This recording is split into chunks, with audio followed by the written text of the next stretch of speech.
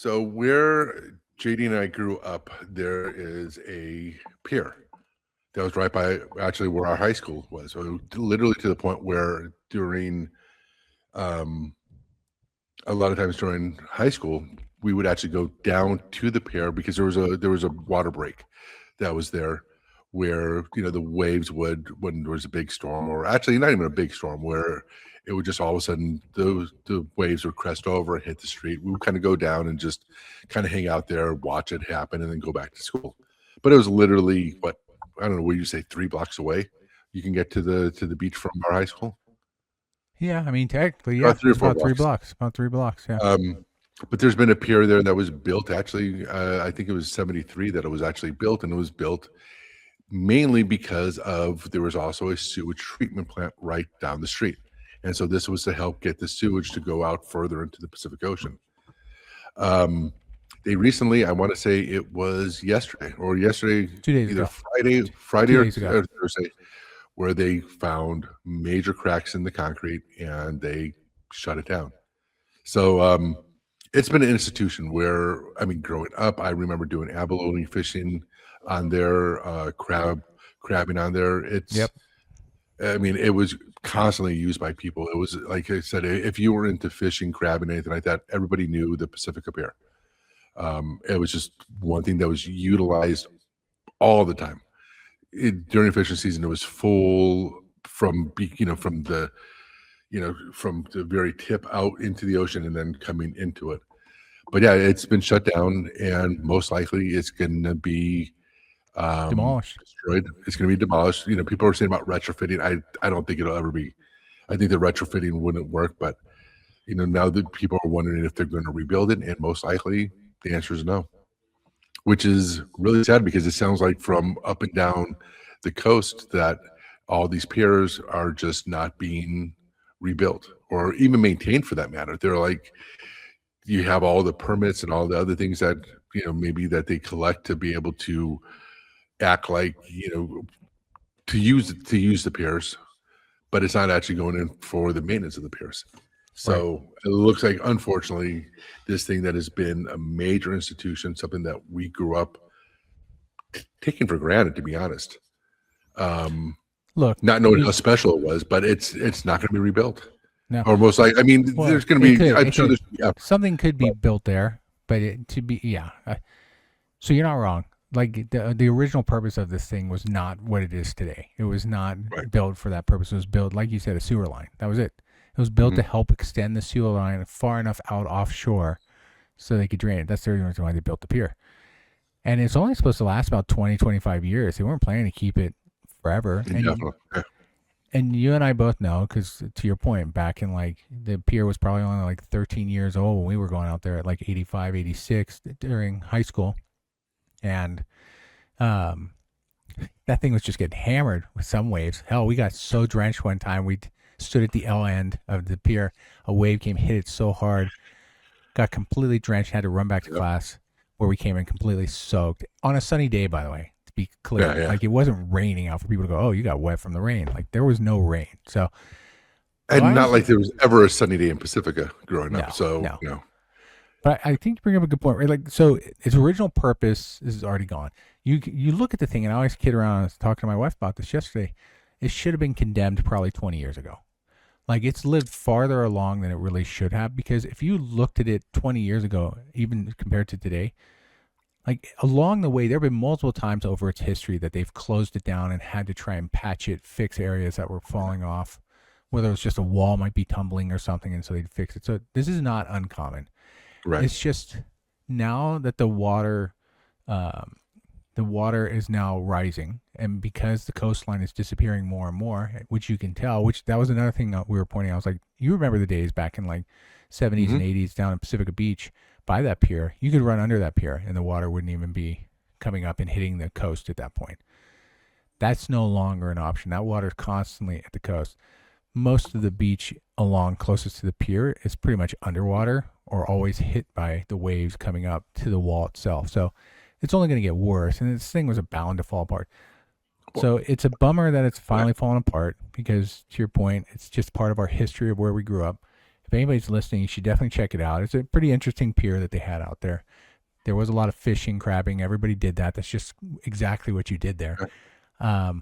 But I think to your point, like you've seen up and down the coast, some of these piers, like Santa Monica Pier and others, or the Santa Cruz Pier, these things kind of have had issues. They're not being upkept, but they do then end up rebuilding them or fixing them up because they're just part of the identity of the Yeah. town or city it's a part of.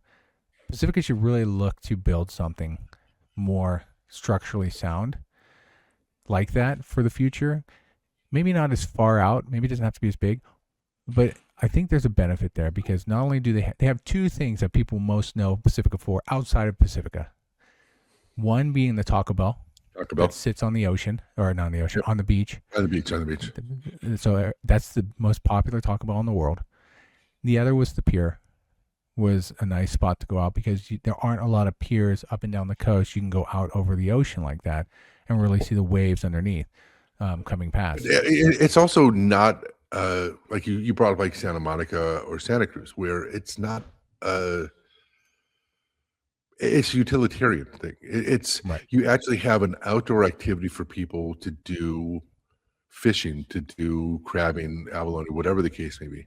So it's not just like an entertainment thing where, oh well, we're going to keep it because it generates so much revenue, Right. for the area. Where again, Santa Monica and Santa Cruz are different things, but this is purely not saying they couldn't charge people. I'm sure if they said that, look, Mm. we're going to charge people, and you're going to pay $3 or $5 to use it for the day, and it's going to help keep maintenance. I'm sure all of those people would be like, gladly. Is either that or not have the pier. They would be more than happy to pay for it. Right. But it's funny because you say that about the coastline, and I think that's something that we remember seeing even in the '80s.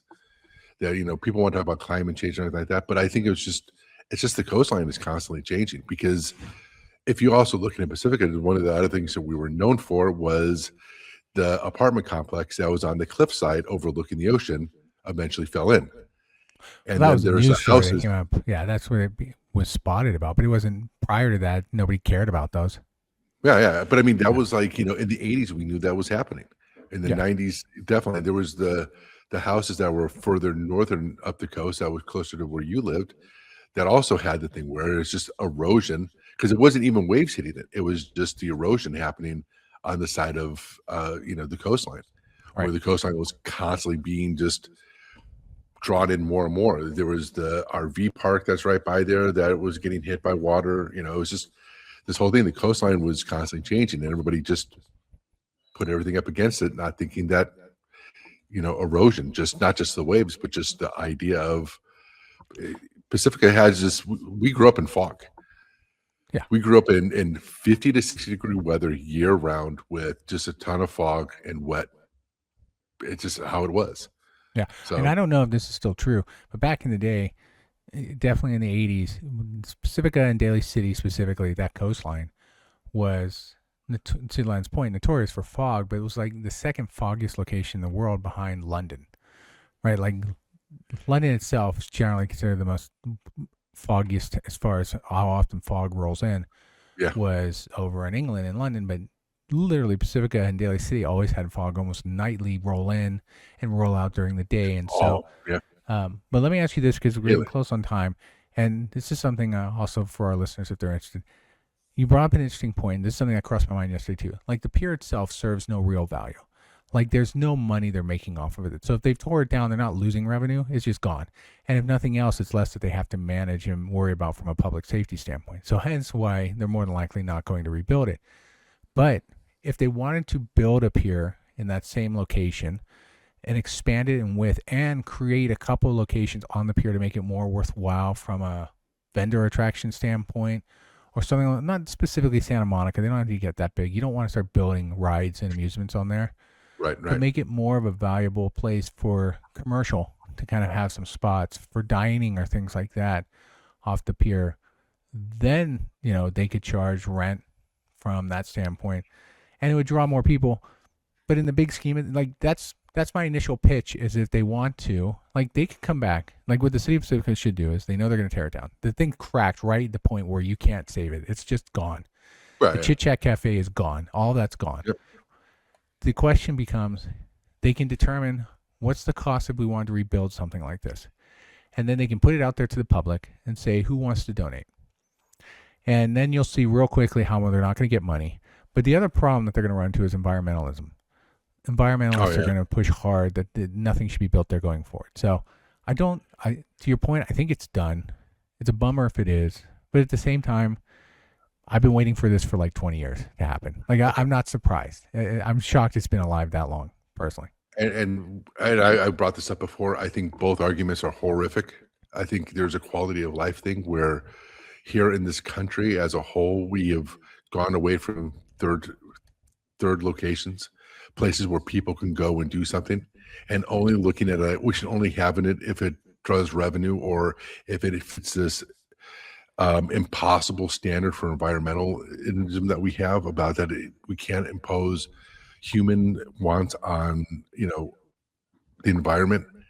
No, I think you're right. I don't think it's going to happen, but I think it's actually endemic of how the U.S. is in terms of having these spaces for people to go to. How, unless it generates revenue, or else how much we pay in taxes as a whole in the state, we get nothing in return for it. Where it has to be, oh well, we'll only do this if you'll donate money. Right. Or that, or even like, like, again, not to get too much into it because, we're up on time, but like how BART is right now in the Bay Area, where unless we're going to do new taxes, it's automatically going to, we might lose services. It's like, it amazes me that everything has to be self-funding now in this country, where you go to other countries and again, I've talked about this before, where they have these spaces that don't generate revenue, yet they still keep and maintain them at a high level. People get to enjoy them. And there's still places in the U.S. that do that too. Don't get me wrong. No. If the opportunity is to stop worrying about it, if it goes bad, like to your point, like this pier. But keep in mind, Pacifica is a small town. It's only got a population of like 47 to 50,000 tops people. So, but I it may not be possible. Right. And again, I'm not trying to say that don't want it indirectly, but I'm just saying in general, it's something that I haven't. I agree. The ability just to have a place to go that doesn't have to be tied to some cost is dwindling more and more. I'm with you. Yeah. Way more and more. Yeah. Anyway, well, thanks again to everybody for listening this week. We'll be back next week. We're getting close to our 100th episode. We'll see how long it takes us to get there. We're getting close. So thanks again for listening. If you have any thoughts, comments, feel free to leave them. As always, follow along. We're on all the podcast channels and our YouTube channel as well. So we'll be back next week. You all have a good weekend and work week. See ya.